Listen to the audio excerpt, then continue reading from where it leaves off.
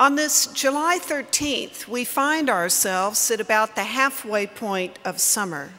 Now, don't let that fact depress you. There are at least 6 or 7 more wonderful weeks of summer left, but it has always seemed to me that when we're in the midpoint of anything, it's a good time to pause and reflect and take stock. And the gospel lesson you just heard about the parable of the sower gives us a good invitation to do that. So I'd like to reflect with you for a few minutes this morning on that parable and parables in general. In the 13th chapter of Matthew, there are actually 7 parables. And over the course of the next few Sundays, we will be exploring those parables in our gospel lesson, and we will eventually get to the parable of the mustard seed, so fear not, it's coming. And we know that Jesus often taught in parables, and this 13th chapter of Matthew that has these 7 parables comprise the 3rd major teaching section in that gospel, the first being the Sermon on the Mount, the second being the mission charge, and then these parables. Now, parable literally means to throw alongside. And the idea is that parables give us somewhat of a comparative and revelatory nature of what Jesus is trying to teach. Jesus uses often things from everyday life of the peasants to make a deeper point, and they often have an unexpected sort of twist in there somewhere to reveal their deeper nature of God, the surprising, unexpected, gracious, sometimes demanding nature of God. And this parable is no exception. You heard about the sower throwing seed everywhere without concern of where the seed was landing. Now, some scholars refer to this parable as the parable of the 4 soils, because obviously the seed lands in different sorts of terrain and the results come out differently, whether it's a well-worn path or a thorny ground or a weed-ridden ground or fertile soil. The point being that it's not ours to judge where to throw the seed. That like God in Jesus, it's supposed to be extravagant, gracious, equivalent to all of God's majesty, which is not limited to a certain pre-qualification. Now, that image may be a little difficult for those of you who grew up in Manhattan or Los Angeles. It may not be that you grew up in an agrarian economy, but for those of us who did, we can readily sort of see ourselves in that story. I did grow up in an agrarian economy. My father was the manager of a grain elevator, and I can remember as a child riding in the truck with my father as the crops would begin to mature and make their way towards harvest time.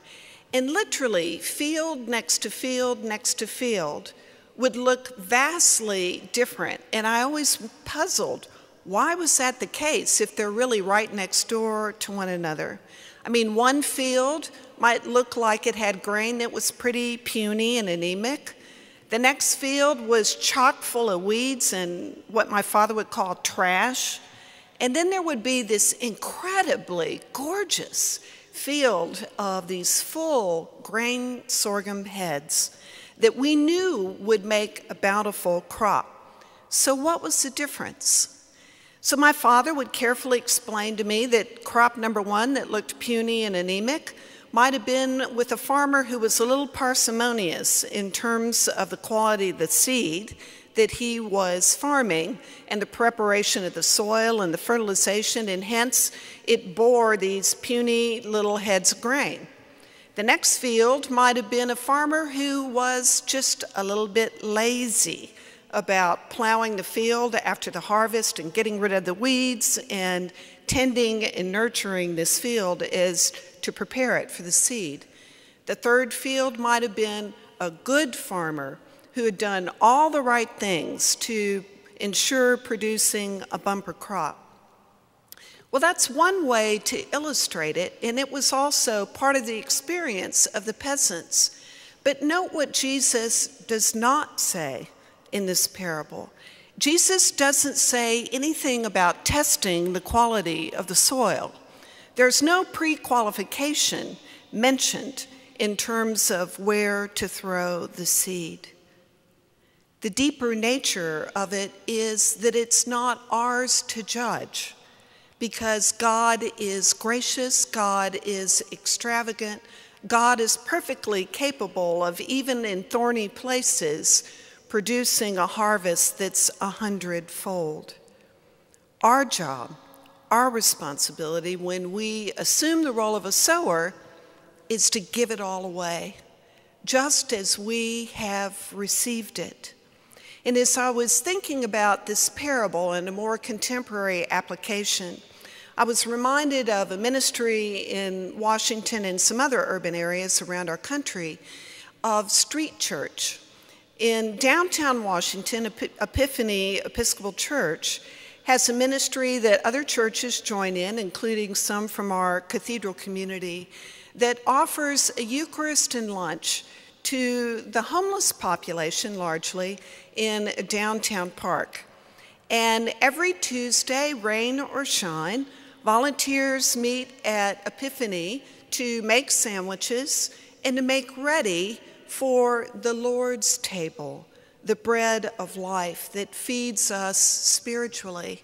They put everything into grocery carts, wheel them to Franklin Square Park, and then volunteers go all around the park to invite everyone who's there to come and join in the Lord's Supper, irrespective if they look a little cold and hard, a little thorny and prickly, or maybe well-trod and scorched.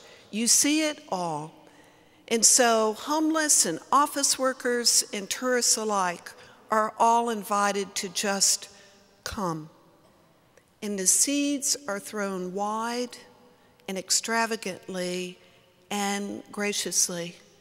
And for those of us who've had the privilege over a period of time to be involved in that ministry, we see those that we would have least imagined to hear and receive the good news of Jesus Christ be transformed and changed and producing a harvest 100-fold.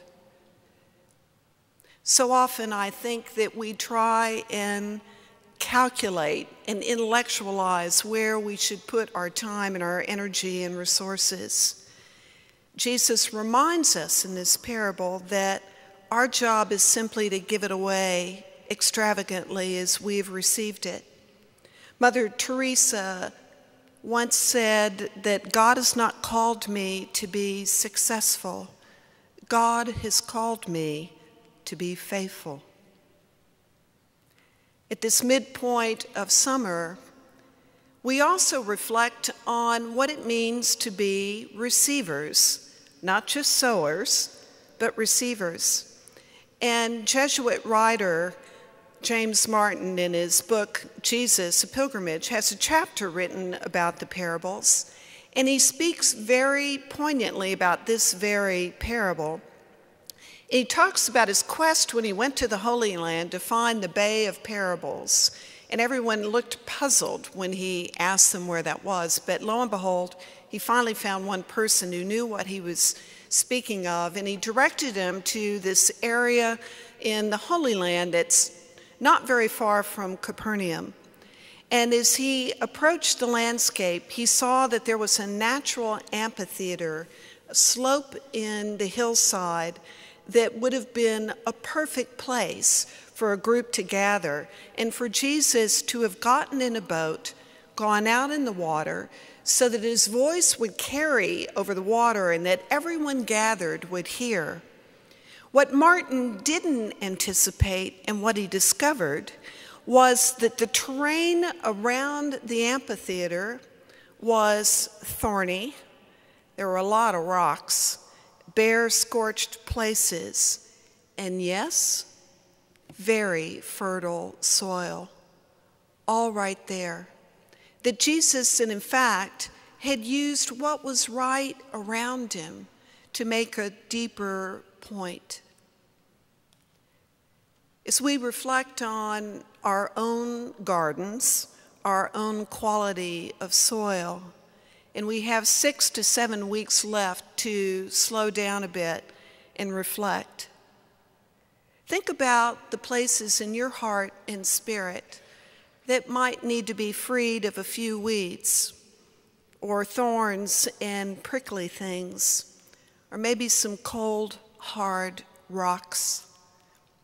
I've discovered in my own life that I'm a much more effective sower when I've tended to the own quality of my soul and my soil.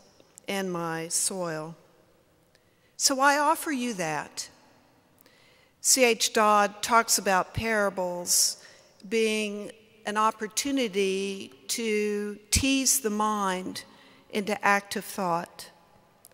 Let them also tease you into active reflection and transformation, remembering that sometimes we are called to be sowers and sometimes receivers.